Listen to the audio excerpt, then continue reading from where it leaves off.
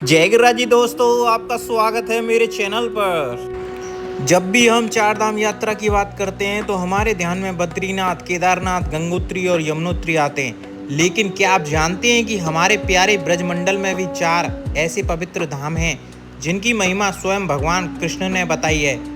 कहा जाता है कि अगर आप पूरे भारत के चारों धाम नहीं जा सकते तो सिर्फ इस पवित्र ब्रजभूमि के चार धाम के दर्शन करने से ही आपको सदियों का पुण्य मिल जाता है। आज के इस वीडियो में हम चलेंगे इसी पावन यात्रा पर और जानेंगे कि चार धामों के पीछे की अनोखी कहानियाँ और उनका महत्व। अगर आप भी ब्रज की इस दिव्य यात्रा का आनंद लेना चाहते हैं तो वीडियो को एंड तक जरूर देखिए। चलिए शुरू करते हैं। और हम चल दिए हैं गोवर्धन से डीग की ओर और डीग से जाएंगे कामा। सबसे पहले हम दर्शन करेंगे आदि बद्री के, उसके बाद यमुनोत्री गंगोत्री के और फिर उसके बाद हम जाएंगे ब्रज केदारनाथ। तो आप देख रहे हैं हमने पेट्रोल फुल करवा लिया है और यहाँ से हमारी यात्रा होती है शुरू। बोल श्री गिरिराज धरण की जय। हमारी यात्रा का सबसे पहला पड़ाव है ब्रज बद्रीनाथ, जिसे लोकल भाषा में बूढ़े बद्री भी कहा जाता है। ये धाम राजस्थान बॉर्डर के पास कामा के पहाड़ों पर स्थित है। अब आप सोचेंगे कि उत्तराखंड के बद्रीनाथ यहाँ कैसे आए। इसके पीछे एक बेहद सुंदर कथा है। एक बार मैया यशोदा और नंद बाबा ने चारों धाम की यात्रा पर जाने की इच्छा जताई, लेकिन उस समय उनकी उम्र काफ़ी हो चुकी थी। अपने माता पिता को थका और वृद्ध देखकर ठाकुर जी ने स्वयं उत्तराखंड के बद्रीनाथ जी को यहीं ब्रज की पहाड़ियों पर आने का आह्वान किया। यहाँ पर आपको ठीक वैसे ही पहाड़ और वातावरण देखने को मिलेगा जैसा उत्तराखंड में है। यहाँ अलकनंदा कुंड भी है और स्वयं बद्रीनारायण का मंदिर भी। कहा जाता है कि यहाँ दर्शन करने से वही फल प्राप्त होता है जो हिमालयों में जाकर मिलता है। श्री कृष्ण नहीं चाहते थे कि उनके माता पिता इतनी कठिन और लंबी यात्रा पर बड़े पहाड़ों पर जाएं। तब ठाकुर जी ने अपनी लीला रची और उन्होंने यहाँ पे चार धाम प्रकट किए। कृष्ण जी ने उत्तराखंड के बद्रीनाथ जी का आह्वान किया और स्वयं बद्रीनारायण इस पवित्र रोहितांचल कनकांचल पर्वत पर प्रकट हो गए, जो आज कामा डीग राजस्थान के पास स्थित है। नंद बाबा और मैया यशोदा ने यहीं पर बिना किसी कष्ट के पूरे विधि विधान से बद्रीनाथ जी के दर्शन किए, इसलिए इसे आदि बद्री या लोकल भाषा में बूढ़े बद्री भी कहा जाता है। गर्ग संहिता के अनुसार इस धाम की एक और बेहद अनोखी कथा। एक बार जब श्री कृष्ण ने ब्रज में अपनी बांसुरी की ऐसी मधुर धुन छेड़ी कि उसकी धुन पूरे ब्रह्मांड को भेदती हुई सीधे बैकुंठ लोक तक पहुंच गई। बांसुरी की वो धुन सुनकर बैकुंठ के स्वामी लक्ष्मी नारायण भावविभोर हो उठे। नारायण ने लक्ष्मी जी से कहा कि देवी, ये वही धुन है, ये वही दिव्य धुन है जहाँ वृंदावन में श्री कुंज बिहारी और श्री राधा रानी महाराज कर रहे हैं। चलिए हम भी इस अद्भुत आनंद का दर्शन करने चलते हैं। कहा जाता है कि बैकुंठ का वो आनंद लेने के लिए स्वयं लक्ष्मी नारायण इस धरती पर आए। विष्णु भगवान ने इस पर्वत पर एक सुंदर सरोवर बनाया जिसे देव सरोवर या गंगा कुंड कहा जाता है। उन्होंने इस पूरे पर्वत को सोने जैसी बेलों से सजाया, जिसके कारण इस पहाड़ पे सुनहरी आभा निकलती थी और इसका नाम कनकाचल पर्वत पड़ गया। यहाँ बद्रीनाथ जी स्वयं श्री राधा माधव की लीलाओं के दर्शन करने के लिए स्थित हो गए। इस जगह का एक और बड़ा महत्व पद्म पुराण के भागवत महात्म्य में मिलता है। कहा जाता है कि जब श्री कृष्ण इस धरती को छोड़कर स्वधाम चले गए तो कलयुग के प्रभाव के बढ़ने लगा। एक बार जब ऋषि नारद ने देखा कि भक्ति महारानी के दो बेटे ज्ञान और वैराग्य मूर्छित अवस्था में हैं, तब उन्होंने उन्हें जगाने के लिए सदियों तक प्रयास किए, पर सब व्यर्थ रहा। तब नारद जी ने इस आदि बद्री के पास स्थित तपोवन में आकर कठिन तपस्या करने का फैसला किया। यहीं पर उन्हें सनकादिक मुनियों सनत कुमार के दर्शन हुए। उन्हीं के बीच जो अद्भुत संवाद हुआ, वहीं से श्रीमद् भागवत कथा की महिमा प्रकट हुई। आज भी यहाँ सनकादिक नारद मंदिर इस कथा की गवाही देता है। यहाँ का वातावरण आज भी ठीक वैसा ही लगता है जैसे आप हिमालय की गोद में बैठे हों। वही पहाड़, वही शांति और वही शीतलता। कहा जाता है कि हिमालय के बद्रीनाथ के कपाट तो सर्दियों में 6 महीने के लिए बंद हो जाते हैं, लेकिन ब्रज के इस आदि बद्री के कपाट सिर्फ पौष महीने, जो कि दिसंबर जनवरी के बीच में के लिए बंद होते हैं और मकर संक्रांति को खुलते हैं। बाकी पूरे साल भक्त यहाँ दर्शन कर सकते हैं। दोस्तों चलिए अब आपको बताते हैं कि आदि बद्री का वो सबसे बड़ा रहस्य जो यदुनाथ के प्रेम से जुड़ा है। सनातन धर्म में एक बेहद पुरानी मान्यता है जिसे कई पुराणों में भी लिखा गया है। कहा जाता है कि जैसे जैसे कलयुग का प्रभाव बढ़ेगा, उत्तराखंड के असली बद्रीनाथ धाम का रास्ता हमेशा के लिए बंद हो जाएगा। वहाँ स्थित नर और नारायण नाम के दो पहाड़ आपस में मिल जाएंगे और बद्री विशाल के दर्शन दुर्लभ हो जाएंगे। लेकिन शास्त्रों में लिखा है कि जब उत्तराखंड के बद्रीनाथ जी के दर्शन बंद होंगे, तब स्वयं बद्रीनारायण पूरे रूप से इस ब्रज के आदि बद्री पर्वत पर ही निवास करेंगे। यानी कलयुग के आखिरी चरण में यही जगह पूरे ब्रह्मांड के लिए असली बद्रीनाथ धाम बन जाएगी। इसलिए संतों कहते हैं कि इस जगह को पहले ही आदि बद्री, सबसे पहला बद्री बनाकर महफूज कर दिया गया है। क्या आप जानते हैं कि आज जो पर्वत हमें मिट्टी और पत्थरों में दिखता है, वो द्वापर युग में पूरा का पूरा सोने का पर्वत था। गर्ग संहिता में जिक्र आता है कि जब श्री कृष्ण ने बुलाने पर बद्रीनाथ जी यहाँ आए तो उनके साथ बैकुंठ का वैभव भी आया। इस पर्वत पर ऐसी दिव्य जड़ी बूटियाँ और बेल उगी हैं कि ये पहाड़ सोने की तरह चमकने लगा।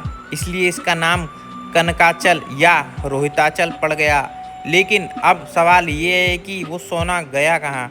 लोकल कथाओं के अनुसार जब कलयुग का आगमन होने वाला था तो लोग लालच में आकर इस पर्वत को नुकसान न पहुंचाएं, इसलिए भगवान ने वहां गरुण जी से इस पर्वत को मिट्टी और चट्टान के रूप में बदल जाने का आदेश दिया ताकि इसकी पवित्रता हमेशा के लिए छुपी रहे। आज भी यहाँ के लोकल लोग मानते हैं कि इस पहाड़ के भीतर आज भी वही पुराना दिव्य स्वरूप समाया हुआ है। लो जी, हम आ चुके हैं आदि बद्री के द्वार पर और ये है मंदिर का मुख्य द्वार और यहाँ से हम सीधे चल दिए हैं आदि बद्री मंदिर की तरफ। और आप देख रहे हो यहाँ पे बाहर की तरफ पार्किंग है, आप वहाँ पे गाड़ी अपनी पार्क कर सकते हैं और छोटे वाहनों को अंदर अलाउ है, तो आप अपनी बाइक, स्कूटी, साइकिल जिससे भी आप आए हैं वो यहाँ पे पार्क कर सकते हैं। और आप देख रहे हो यही है वो कुंड जिसकी मैंने आपको वीडियो में सबसे पहले बताई थी, अलकनंदा कुंड। पुरुषोत्तम मास चल रहा है तो यहाँ पे ब्रज 84 कोस की परिक्रमा चल रही है जो कि लाखों भक्तगण रोज दे रहे हैं। और हम इसी पुरुषोत्तम महीना में आ गए हैं चार धाम के दर्शन करने। और आप देख रहे हो यहाँ पे भक्तों की भीड़ लगी हुई है और ये भक्त वही हैं जो 84 कोस की परिक्रमा देते हैं। और अब हम आ चुके हैं मंदिर में ऊपर, जो कि कुछ सीढ़ियाँ ही चढ़नी पड़ती हैं। और अब मैं आपको दर्शन कराने वाला हूँ आदि बद्री धाम के। और आप देखेंगे अब कि आदि बद्री नारायण जी कैसे दिखते हैं और बहुत ही सुंदर स्वरूप है उनका, बाल स्वरूप आप अभी देखेंगे। ये हैं आपके आदि बद्री नारायण जी। तो दर्शन कर लीजिए सारे लोग बद्री नारायण जी के। बहुत ही सुंदर छवि, बहुत ही सुंदर रूप है हमारे बद्री नारायण जी का। और ये हैं आपके ब्रज के बद्री नारायण जी। और ये हैं उसी मंदिर में राधा कृष्ण जी का मंदिर, पंचमुखी हनुमान जी का मंदिर, राम जी का दरबार। और आप देख रहे हो ये है माँ भगवती देवी। और ये है मंदिर का प्रांगण। और हमने कर लिए हैं बहुत अच्छे दर्शन और आपने भी कर लिए होंगे। और ये है अलकनंदा कुंड जिसकी मैं आपको बता रहा था। यहाँ पे स्नान करने से आपको अलकनंदा का पुण्य प्राप्त होता है। और आप देख रहे हो कितनी ही भीड़ हो रखी है क्योंकि पुरुषोत्तम मास चल रहा है, ब्रज 84 कोस की परिक्रमा चल रही है। और अब हम चल दिए हैं दूसरे मंदिर की तरफ जो कि है आपका यमुनोत्री और गंगोत्री। और उसके बाद मैं आपको यहाँ हरिद्वार, मनसा देवी, हरकेश्वर और हर की पौड़ी और ब्रह्मकुंड के दर्शन भी कराऊंगा। तो अब हम चल दिए हैं यमुनोत्री और गंगोत्री की तरफ। और ये आप देख रहे हो ये बीच में थोड़ा सा ही रास्ता पड़ता है जो कि आदि बद्री से मुश्किल से 1 किलोमीटर से भी कम का रास्ता है। और ये पूरा का पूरा ऑफ रोडिंग है जिसमें आप देखेंगे कि जिस जंगलों के बीच में से निकलता है। तो कृपया दिन के टाइम पे यहाँ पे आके दर्शन करें, रात्रि या शाम के समय पे ना आएँ क्योंकि यहाँ जीव जंतु का खतरा रहता है। और यहाँ पे आप आराम से ऑफ रोडिंग का मज़ा ले सकते हैं। रोड काफ़ी चौड़ी है, यहाँ पे कोई भी दिक्कत नहीं होने वाली।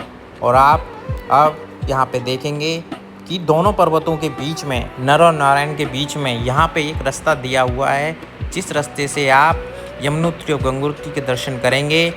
ये पूरा का पूरा ऑफ रोडिंग है मंदिर के द्वार तक। वहाँ से थोड़ी सी खड़ी चढ़ाई है जो कि होगी मुश्किल से 2 मिनट की। तो आप बिल्कुल भी घबराइए नहीं। और यहाँ पे एक बार जीवन में एक बार दर्शन करने ज़रूर आएँ और अपनी पूरी फैमिली के साथ आएँ, ताकि आपको और आपकी पूरी फैमिली को यहाँ पे आके पुण्य की प्राप्ति हो सके, मन को शांति मिलेगी और यहाँ पे मन आपका बहुत प्रसन्न हो जाएगा। और आप देख रहे हो यहाँ पे बूढ़े बुजुर्ग लोग अपनी 84 कोस की यात्रा कर रहे हैं और ये थोड़ी सी यहाँ पे कड़ी चढ़ाई है 2 मिनट की, जिसको पार करके हम आ चुके हैं ऊपर की तरफ। यहाँ आप देख रहे हो कितने बड़े बड़े पहाड़ हैं, ये राजस्थान के अरावली हिल्स के पहाड़ हैं। और अब हम यहाँ पे अपनी चप्पलें उतार कर चढ़ रहे हैं सीढ़ियों पर, और ये कुछ ही सीढ़ियाँ हैं, 5 से 10 सीढ़ियाँ होंगी मुश्किल से, ज़्यादा नहीं है। और अब हम आपको दर्शन कराएंगे ब्रज के नीलकंठ महादेव के। बोलो नीलकंठ महादेव की जय। और ये आप देख रहे हो, ये है लक्ष्मण झूला मंदिर, लक्ष्मण जी का बना हुआ है, यहाँ पे आप दर्शन कर सकते हो। और अब आप देख रहे हो कितनी ही प्यारी और सुंदर पहाड़ों पे ये हरी भरी पेड़ उग रही है। और यहाँ पे आप देख रहे हो कितना ही हरा भरा इन्वायरमेंट है। और ये मेरे पीछे आप देख रहे हो यमुनोत्री और गंगोत्री। अब मैं आपको दर्शन कराऊंगा यमुनोत्री और गंगोत्री के। तसल्ली से आराम से वीडियो को पॉज करके आप दर्शन कर सकते हैं। और ये आप देख रहे हो, सबसे पहले आपको दर्शन कराएंगे हम गंगोत्री जी के, उसके बाद कराएंगे यमुनोत्री जी के। तो आप देख रहे हो ये है माँ गंगोत्री और ये आप देख रहे हो ये है माँ यमुनोत्री। और आप वीडियो को पॉज करके तसल्ली से दर्शन कर सकते हैं। और अब हम जा रहे हैं ऊपर की तरफ। यहाँ से आपको देखने को मिलेंगे नर और नारायण पर्वत, जो कि आपको उत्तराखंड में दिखाई देते हैं, वो ही यहाँ पे दिखाई देंगे। और आप देख रहे हो ये यहाँ पे महात्मा जी की स्मृति बनी हुई है। और ये आप देख रहे हो नर और नारायण पर्वत, बहुत ही सुंदर, बहुत ही विशाल। और यहाँ पे इतनी ठंडी हवा चल रही है कि आपको गर्मी में, जून के महीने में भी अच्छा हवादार यहाँ पे इन्वायरमेंट मिलेगा। और ये अब हम वापस चल दिए हैं यमुनोत्री गंगोत्री के दर्शन करके। और यहाँ पे बहुत ही अच्छी चौड़ी पार्किंग है, यहाँ पे आप किसी भी तरीके का वाहन लेकर आ सकते हैं। यहाँ पे पार्किंग फ्री ऑफ कॉस्ट है। और अब हम चल दिए हैं वापस। और अब आप देखिए कितनी ही सुंदर इन्वायरमेंट है, चारों तरफ पहाड़ ही पहाड़, हरी भरी घास, हरे भरे पेड़। और यहाँ पे अगर आप बरसात के मौसम में आते हैं तो यहाँ पे और भी नए नए अच्छे फ्रेश घास और पेड़ उग जाएंगे, जो कि दिखने में और भी ज़्यादा सुंदर लगेंगे। परंतु यहाँ पे थोड़ी सी कीच कचड़ हो जाती है, तो आप बरसात के समय पे यहाँ पे ना आएँ, आप उससे पहले आएँ। और अगर आप सर्दियों में यहाँ आते हैं तो आपको यहाँ पे एक भी पत्ता, एक भी हरा भरा नहीं मिलेगा। यहाँ सारे ये टूट के गिर जाते हैं, पतझड़ हो जाती है। अब आप देख रहे हो हम आ चुके हैं माँ मनसा देवी के मंदिर में। और कहा जाता है कि ये ब्रज का हरिद्वार है, यहाँ पे आप दर्शन करेंगे शनिदेव जी के। और आप देखेंगे यहाँ पे मनसा देवी जी का मंदिर, जो कि आपको उत्तराखंड में देखने को मिलता है, वही पुण्य आपको यहाँ पे देखने पे मिलेगा। और ये है आपका हरिकेश्वर महादेव जी का मंदिर, यहाँ पे आप देख रहे हो। बोलो श्री हरिकेश्वर महादेव की जय। और ये है आपकी गंगा, ये है आपकी हर की पौड़ी, जो कि ब्रज में स्थित है, कामा में। और आप देख रहे हो पीछे कितना ही हरा भरा इन्वायरमेंट है और चारों तरफ पहाड़ी पहाड़ हैं। और ये है आपका हर की पौड़ी, जय माँ गंगे। और ये आप देख रहे हो हरिकेश्वर महादेव के मंदिर में ही शिव जी की मूर्ति लगी हुई है। और अब हम यहाँ से चल दिए हैं ब्रज के केदारनाथ के दर्शन करने, जो कि यहाँ से थोड़े ही दूर हैं, 15-16 किलोमीटर। और अब हम यहाँ से चल दिए हैं। और आप देख रहे हो ये कामा में पड़ते हैं। अब हम चलते हैं ब्रज केदारनाथ। और मैं आपको ब्रज केदारनाथ के बारे में कुछ बताता हूँ कि यहाँ पर बिना उत्तराखंड जाए, बिना सर्दी में ठिठुरे, आपको बिल्कुल केदारनाथ धाम के वही दर्शन, वही गुफा और वही महिमा मिल सकती है, जो कि आपको वहाँ पे इतनी दूर जाने पर मिलेगी। जब शिव जी यहाँ पर आए तो उनके साथ हिमालय की वो दुर्लभ घाटी और वो गुफा भी यहीं बन गई। यहाँ पहाड़ी पर एक ऐसी गुफा है जिसके अंदर जाने के लिए आपको बिल्कुल झुककर, पेट के बल या बहुत संभल कर जाना पड़ता है। बिल्कुल वैसे ही जैसे पुराने समय में हिमालय में गुफा होती थी, इस गुफा के अंदर स्वयं भोलेनाथ एक दिव्य रूप में विराजमान है। और हाँ, इसी पहाड़ी पर कृष्ण जी ने पहली बार अपनी बांसुरी बजाई थी, जिसकी धुन से ये कठिन चट्टान भी मोम बनकर पिघल गई। आज भी यहाँ पर उनके और उनके ग्वाल वालों के चरणों के निशान हैं, जिसे चरण पहाड़ी कहा जाता है, साफ देखे जा सकते हैं। सोचिए, पत्थर पिघल गए पर कान्हा का प्रेम निशान बनकर रह गया। दोस्तों, यहाँ पहुँचकर जो शांति मिलती है वो लफ्ज़ों में बयान नहीं की जा सकती। कामा की इस ऊंची पहाड़ी से जब आप नीचे पूरे ब्रजमंडल को देखते हैं तो लगता है कि स्वयं शिवजी यहाँ बैठकर पूरे ब्रज की रक्षा कर रहे हैं। स्थानीय लोग मानते हैं कि जो भी यहाँ सच्चे मन से लेकर आता है उसे उत्तराखंड के केदारनाथ जितना ही पुण्य मिलता है, बिना किसी बड़े कष्ट के। और अब हम यहाँ पहुँच चुके हैं और ये सबसे पहले आप देखोगे गौरी कुंड, जो कि गौरी मंदिर और गौरी कुंड एक साथ यहाँ पे स्थित है। ये वही गौरी कुंड है जो कि आपको उत्तराखंड में देखने को मिलता है। और आप देख रहे हो, ये है ब्रज का गौरी कुंड।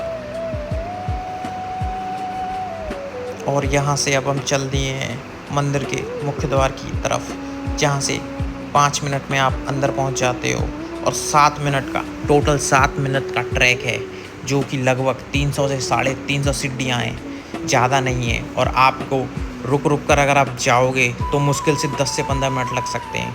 और आप धीरे धीरे भी अगर चढ़ते चले जाओगे तो आपको 7 मिनट लगेंगे। और यहाँ से शुरू होती है आपकी पहली सीढ़ी, और घंटी बजाने के बाद आप यहाँ से अपना ट्रैक शुरू कर सकते हैं। और आप देखोगे कि यहाँ पे 300 से 350 सीढ़ियाँ हैं, ज़्यादा नहीं है। और ये आप देख रहे हो, यहाँ पे रूफटॉप बना दिए गए हैं। जब मैं यहाँ पहली बार आया था बहुत साल पहले, तो यहाँ पे ये रूफटॉप नहीं थे और इतनी भीड़ भी यहाँ नहीं होती थी। और यहाँ पर इतनी सुविधाएं तब नहीं हुआ करती थी। और यहाँ पे आपको धूप लगती थी, गर्मी लगती थी, और बरसात हो जाए तो आपके यहाँ पे छुपने का कुछ भी साधन नहीं था। पर आज आप देख रहे हो यहाँ पे कितनी सारी सुविधाएं हो चुकी हैं। आपके ऊपर ये सब छप्पर लग चुका है, जिससे कि आपको धूप नहीं लगेगी, गर्मी नहीं लगेगी। और बरसात अगर हो जाती है तो यहाँ पे आप भीग नहीं सकते, आप यहाँ पे बच जाओगे बरसात से। तो ये जिसने भी यहाँ पे ये लगवाए हैं उनको मैं थैंक्स बोलना चाहता हूँ, क्योंकि ये सब सुविधाएं जो हैं ये बेसिक हैं, ये तो यहाँ पे कम से कम होनी ही चाहिए। चलो, धूप तो आदमी फिर भी झेल लेगा, पर अगर यहाँ पे आने के बाद यहाँ पे बरसात हो जाए तो वो यहाँ पे बहुत ही ज़्यादा कष्ट हो सकता है यात्रियों को, इसलिए ये यहाँ पे बहुत ही ज़्यादा ज़रूरी है। और आप देख रहे हो कि यहाँ पे 300 350 सीढ़ियाँ चढ़ने के बाद आदमी यहाँ पे थकता नहीं है। और यहाँ पे उनकी श्रद्धा इतनी होती है कि वो गर्मी भी झेल जाते हैं। और यहाँ पे आप देख रहे हो कितने ही ज़्यादा भीड़ है। और अब हम यहाँ पे ऊपर पहुँच चुके हैं और आप देख रहे हो ये है शेषनाग, जो कि यहाँ पे स्थित है एक पर्वत के रूप में, जो कि मंदिर की रक्षा करते हैं। और आप देख रहे हो अब बची हैं यहाँ पे 2-4 सीढ़ियाँ, और अब हम पहुँच चुके हैं केदारनाथ के दर्शन के लिए। और आप देख रहे हो यहाँ पे पानी की टंकियाँ रखवा दी गई हैं, पहले यहाँ पे ये सब नहीं हुआ करती थी।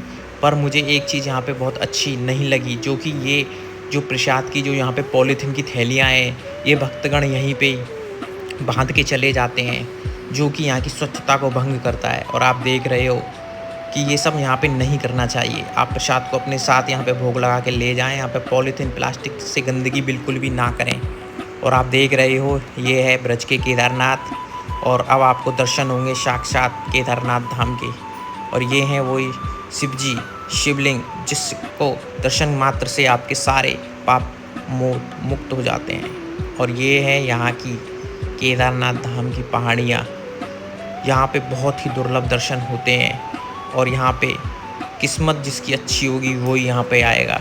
और आप देख रहे हो ये जो प्लास्टिक है ना, इसको देख के थोड़ा सा दिमाग ख़राब होता है, तो कृपया यहाँ पे ये प्लास्टिक की प्रसाद की थैलियों को यहाँ पे बांध के बिल्कुल भी ना जाएं।